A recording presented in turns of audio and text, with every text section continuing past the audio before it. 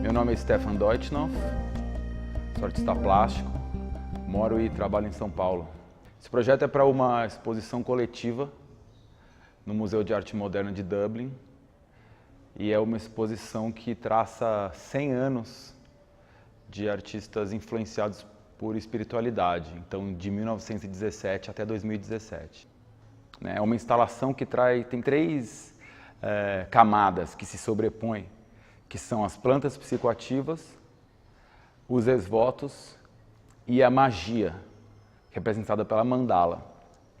Eu coloquei essas três camadas, esses três pensamentos juntos, porque para mim eles representam uma maneira de comunicação com o sagrado, com o divino, que é antes da religião ser institucionalizada.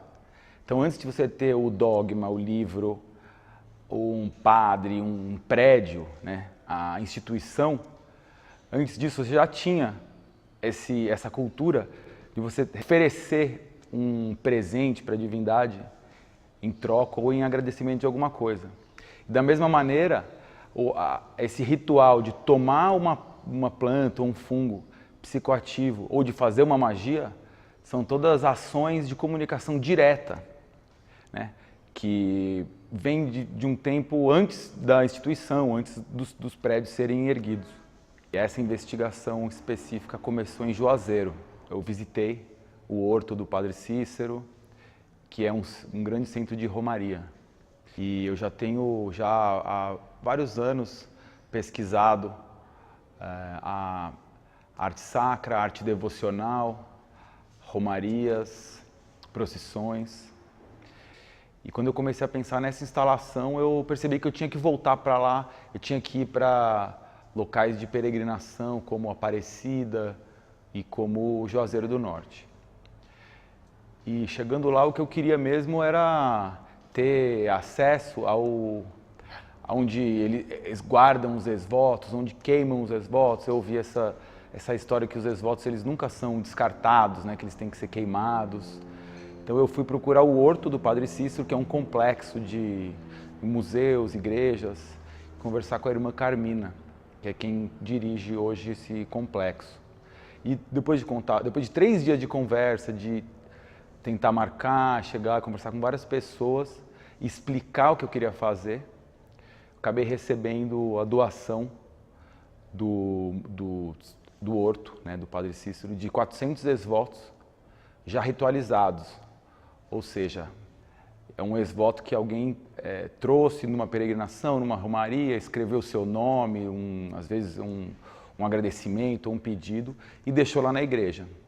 Então, além desses 400 esvotos que eu recebi do Horto, eu encomendei mais 400, sendo que uma parte com o mesmo desenho tradicional da região e uma parte também inspirada nos ícones, nos símbolos que são a minha iconografia, né, símbolos autorais. Então, o nome da instalação é Intervento, que é latim para intervenção divina, que eu acredito que é o que a pessoa quer quando ela faz uma magia, ou ela oferece um esvoto, ou ela toma um psicoativo num ritual, ela pede uma intervenção divina, que é representada por essa grande mão, que eu considero um esvoto gigante, então, essa grande mão de metal, como se fosse a mão da divindade saindo do céu, no meio de uma nuvem e abrindo a realidade para essa intervenção. O esvoto ele é uma moeda de troca, né? É algo que o romeiro, o fiel, ele traz, é como se fosse um presente para o santo, para a divindade, ou em agradecimento, ou, né, como um pedido para uma graça. E esses esvotos eles não podem ser jogados fora, não podem ser descartados. Eles são, e como também a igreja não tem como manter, porque toda semana são centenas de esvotos que as pessoas levam, então eles fazem grandes pilhas e queimam. E a história é que o pedido vai subir para o céu, a oração vai subir para o céu na forma de fumaça, né? E o que ficar vai se misturar com a terra. Então é uma maneira ritualística da história do esvoto se perpetuar. Então foi nessa pesquisa, né, em Juazeiro, no Ceará, que eu descobri que esvoto não é só aquela pintura ou aquela escultura, muitas vezes que representa a anatomia, uma parte da pessoa. Esvoto não é só isso, esvoto é qualquer coisa relacionada ao seu desejo, à sua necessidade. Então, muitas vezes a pessoa quer muito casar ou ter filho, ou que esse filho faça a primeira comunhão.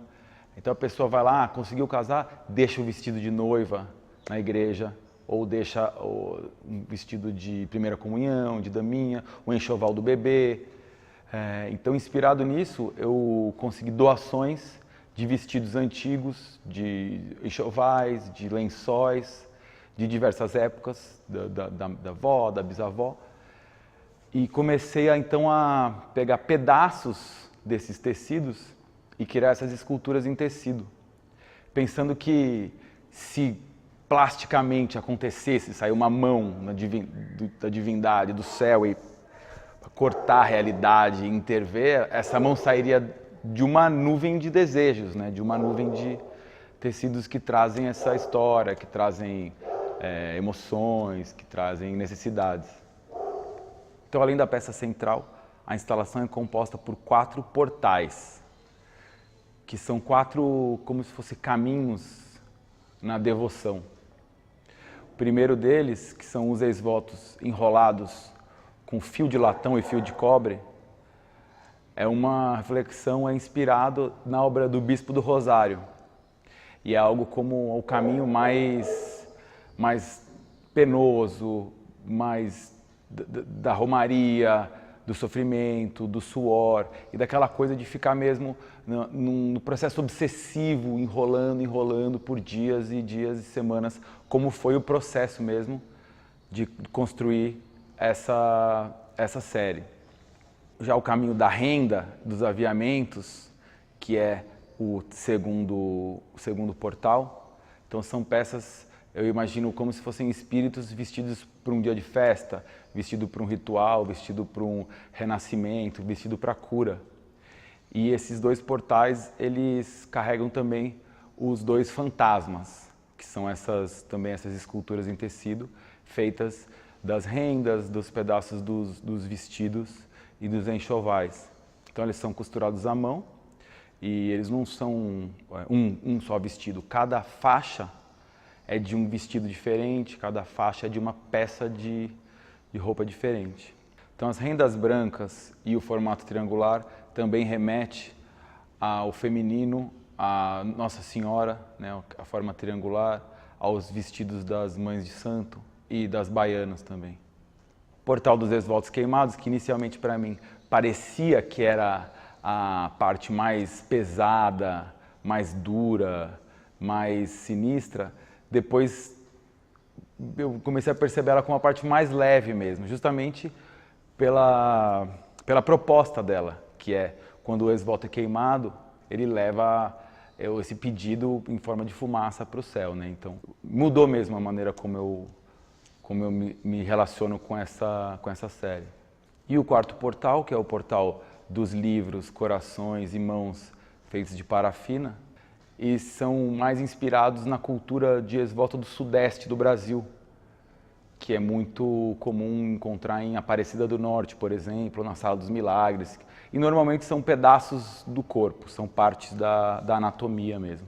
Então, se a pessoa tem um problema na mão, ela vai e manda fazer uma réplica da sua mão, ou compra uma mãozinha, ou um braço. Se tem um problema na cabeça, é uma cabeça. Se tem um problema na perna, é uma perna.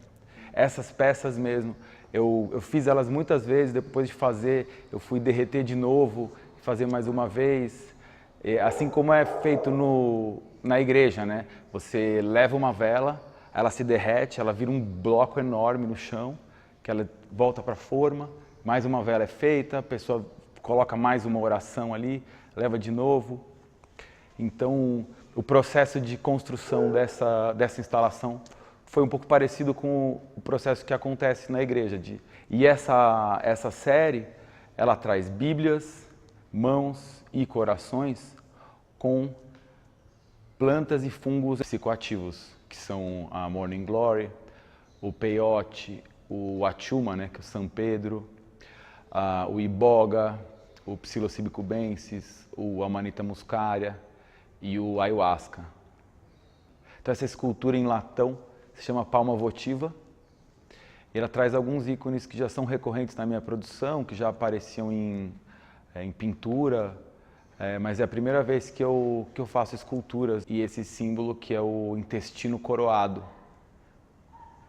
O intestino ele tem 500 milhões de neurônios, que é mais neurônios do que a gente tem na medula. E ele plasticamente ele se parece um pouco com o cérebro também. Isso é uma reflexão sobre também, né, que é a ideia da instalação em geral, como que era a nossa comunicação com o divino antes das instituições, da magia, de usar a planta e de fazer a oferenda. Então essa ideia do intestino ter neurônios, essa reflexão sobre isso, é que a gente usava muito mais a nossa intuição, a sensação, e não era tão guiado unicamente pelo julgamento racional. Então essa é a ideia de coroar o intestino e de se conectar mais com esses neurônios. Já um símbolo que aparece no dedo anelar, que é a mariposa coroada pela foice. Essa foice ela não é a foice da morte. Essa foice em forma de lua, representando o feminino, ela é a foice que era usada pelas feiticeiras e bruxas para colher as ervas nas primeiras horas da manhã, para fazer a medicina, para fazer a cura. E tanto essa foice em lua quanto a mariposa representam duas características do feminino que amedrontaram os homens por muito tempo e que deram origem à Inquisição, à matança, à perseguição e ao preconceito, né? A mariposa ela é atraída pelo fogo, ou pela luz, pelo calor, e muitas vezes ela se queima ou morre, que é uma outra característica do feminino, que é a sedução, que é a paixão. Então esse símbolo representa isso, representa características muito valiosas, muito ricas do feminino, que amedrontavam o masculino, ou pode-se dizer até colocavam em xeque o patriarcado. Então todo o pensamento que permeia essa instalação é sobre as maneiras de se comunicar com o divino. E eu foquei mesmo nas maneiras mais ancestrais, mais primitivas, não no sentido de serem rudimentares, mas no sentido de serem dos primórdios mesmo. Então antes da religião se tornar um business, ou antes dela ser institucionalizada, de ter um livro de regras e mais que tudo um interlocutor. Então tanto a magia quanto a oferenda ou o ritual com um psicoativo são uma comunicação direta do indivíduo com o sagrado. E essa ideia de riscar uma mandala no chão, que hoje é muito presente na Umbanda e que era também muito praticada na magia na Europa também, em outras épocas, ela representa isso, né? Essa é como se fosse uma linha de energia, né? Que eu estou tentando representar, a mandala feita no chão, os pontos onde são colocadas as velas, os cabos ligados a essa mão, que seria a mão da divindade que intervém, sai do céu para atender a um desejo de cura, um desejo de abundância, um pedido por essa intervenção divina.